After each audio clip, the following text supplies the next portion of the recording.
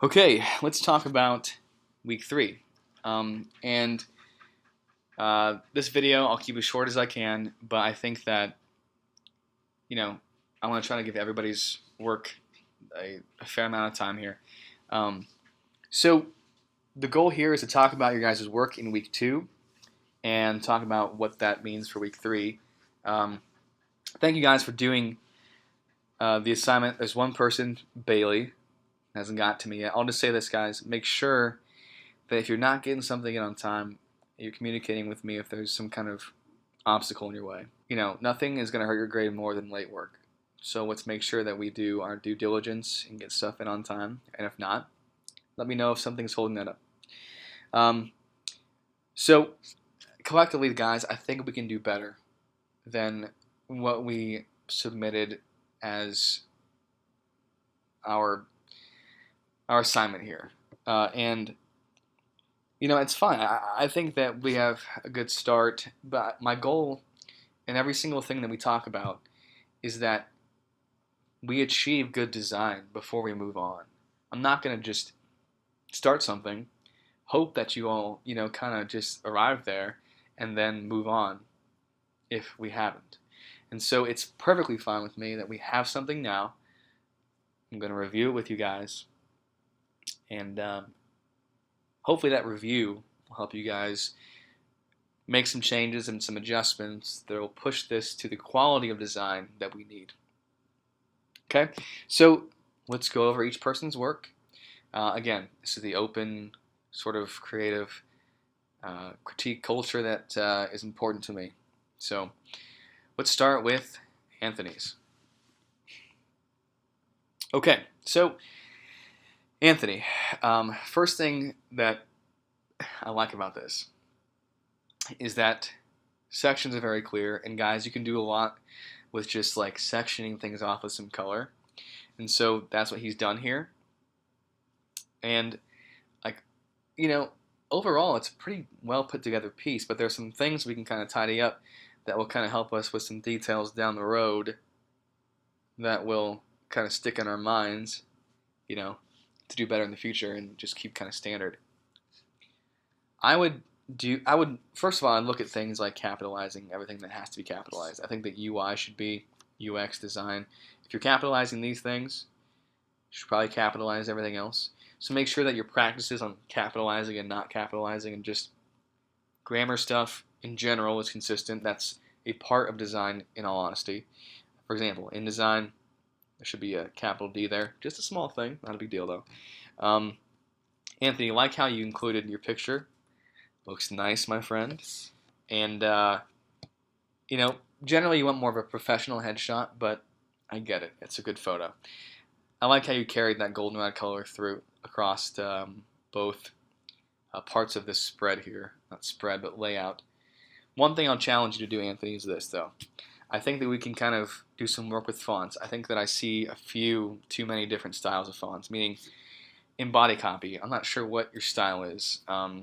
There is a font style here. There's a different font face here than what's here. And I think this is the same one that's here. And then we have, some italics, and some of that italics is smaller. So all we have to do is just sort of standardize some of these things, Anthony, and we should move this to a much more complete piece.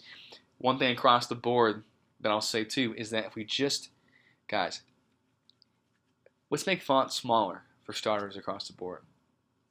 I think that you'll be surprised with just how small you can get away with putting text, which will allow for more empty space. And like I'll be saying throughout this video, guys, empty space and blank space are just as important parts of design as any other thing you put in there, any other element that's included, okay?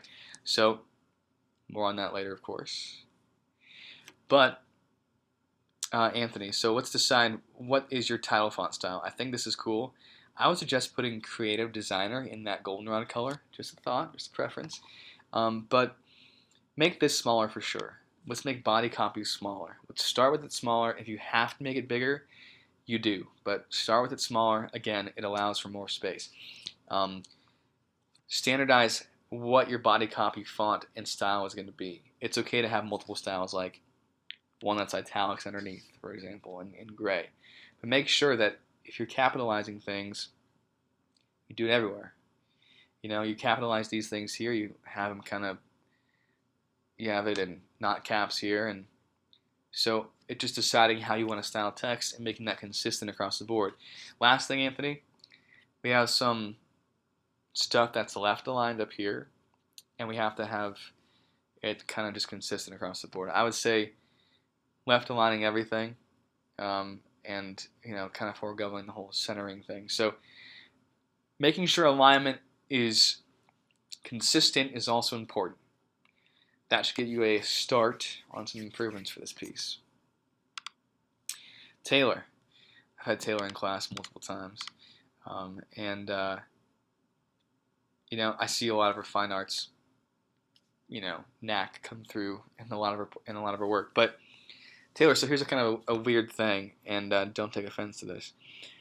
Your logo here and this sort of treatment of this layout artistically don't actually mesh together that well. However, conceptually, the ideas of both, they're both kind of like this, they're like in this sort of style that makes it very, very clear that you have, other artistic abilities outside of that of the computer. And so, apart from each other, they can coexist. I'm just not sure if on the same layout they work. I like your photo on this thing. My suggestion would be, let's keep that photo and take the logo off. And I like this font up here for the most part. I don't think I like it here as subheaders. I just think that it looks a bit too Microsoft Word-esque. Please don't hate me for saying that.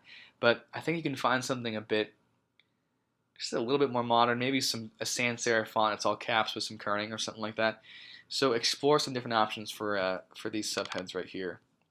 All in all, I don't mind the font that you chose for the body, but everything is kind of way too squished together. We have borders that are just barely separating things, and text boxes are very close, and these titles and everything, the text is just way too close to the edges of things. And so let's push those away from edges a lot. You can probably get away with making text smaller too, and honestly, take some things out of this layout, take some bullet points away if it's going to help you make better design. I'm totally of the belief, ask my coworkers, that it's fine to sacrifice content for good design, and vice versa sometimes. But start there with some of the stuff. I like the direction artistically of what's going on up here.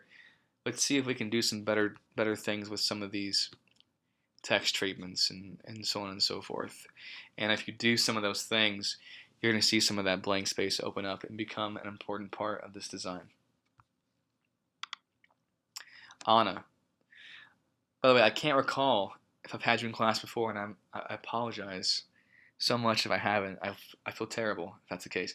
I have a lot of students. Okay. Some things that I like about this a lot. This flourish here is very, very, similar to what you've got going on up in your logo there. Generally, everything is spaced out well.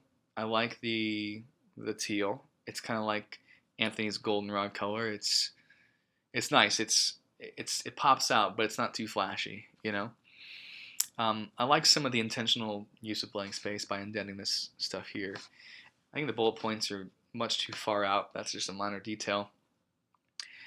One thing that I'm going to challenge you to do, and yes, I'm going to ask you to also create a new version of this.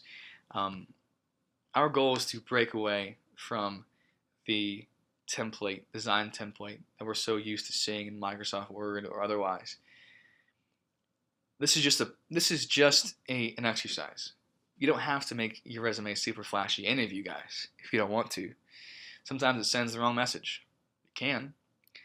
But this is a practice of utilizing layout in ways that are the most beneficial for the overall quality of the design. And I think what I'm curious to see is what you can do with more space. So, Anna, if you don't mind, I hope that's how you pronounce your name, by the way. Please correct me if I'm wrong. Let's do a second version of this and take out every bullet point underneath the experience section. Now, keep those things.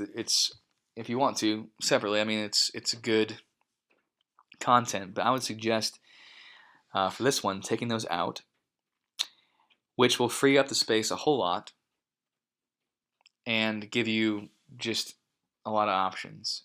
I want to see what you can do with some of that spatial freedom, okay? And I want you to kind of think about how you could represent these strengths, which really are like super cool, and how you can kind of make those pop a bit more using different textual treatments or maybe some icons or whatever you want to do. Make them look different in however you want to. That would make those sort of come forward in this design. Those are my suggestions for your second draft. But good stuff here. Bailey. Okay, Alyssa. I think I've had you in class, and I know that you prefer certain things, certain kinds of graphic design. And maybe this layout stuff isn't something that excites you or something that you love doing. And so I'm going to do my best to make it something that you are a natural at. I don't want to say that you didn't put time into this at all. But sometimes, design can come across as maybe it looks like that's the case. But there are ways I think we can together fix this by doing some simple stuff. For example, I think there's a lot, because of the amount of content here, you have a lot of freedom with the white space, that we like to call it. Again, piecing that into your design is just as important. And the balance that it creates with the other stuff, the text in this case, is rather important. So think about that. I do not mind some of that empty space here, but down here, there gets to be too much, right? So in my second video later, I'm going to talk about some different ways that we can potentially, represent information in more visual ways. Maybe, think about maybe doing some color in there, some color blocks that might fill some space. In some of these examples that I'll show you, you can see photos and stuff like that being used in ways that really section out every piece of this, right? And so again, this here is a good example too of how you can get away with smaller text. And so everybody across the board, check this one out. So I want you to think about how you can kind of spread this information out and still kind of honor space between those elements, because right now we're kind of squishing things together. So Alyssa, I just want you to kind of just think way outside the box here and do something a bit crazier than this. Okay? How can you just bring in some color, bring in some maybe some shapes, kind of using those things to create sections and blocks and separations. But think about how you can represent yourself with some of those different elements. And perhaps it'd be helpful too to, I think you might have just forgot to change this font over, but let's make sure every font face is the same. Think about how you can maybe treat these subtitles, like the experience, education, skills, personal information, whatever, in a more interesting way, which kind of helps someone to, scan across the page a bit better. Last thing with this, Alyssa, is I would suggest also kind of grouping experience, education, and skills together, and perhaps putting personal information in your bio together in a different section, or making sure that those are kind of like on their own, because they are different bits of information and something to think about that might kind of guide your layout. But Alyssa, I think we can do some different things here to sort of just make this whole thing come together, and I want you to be daring here. So kind of explore some options, and in the second video I'll hopefully show you some things that would give you some assistance there, okay? Of course, I want you guys to know that my job is to help you guys improve and make strides in ways that's going to get you to where you want to be as a designer. And I hope and pray that you'd never lose faith or confidence or the willpower to learn the things that are going to help you guys get there. And because our goal here is to improve in ways that are going to help us become ready for doing this stuff for real. That's my job. That's my mission. and that's what I'm not going to sacrifice. Okay, so that does it for the review part of week 3. Look for the next video, which it'll be shorter, so don't worry. I'll give you guys some basic kind of tips on how to take your designs here to the next level. If you guys have any questions at all, shoot me a text, email. You have that information. I'd love to talk to you about it. So I look forward to that if that's the case. So happy designing, and let's take this thing a step further and get it to a place where you can kind of move on from it and know that we've done some great design this week. Okay, so more later, and look for that second video.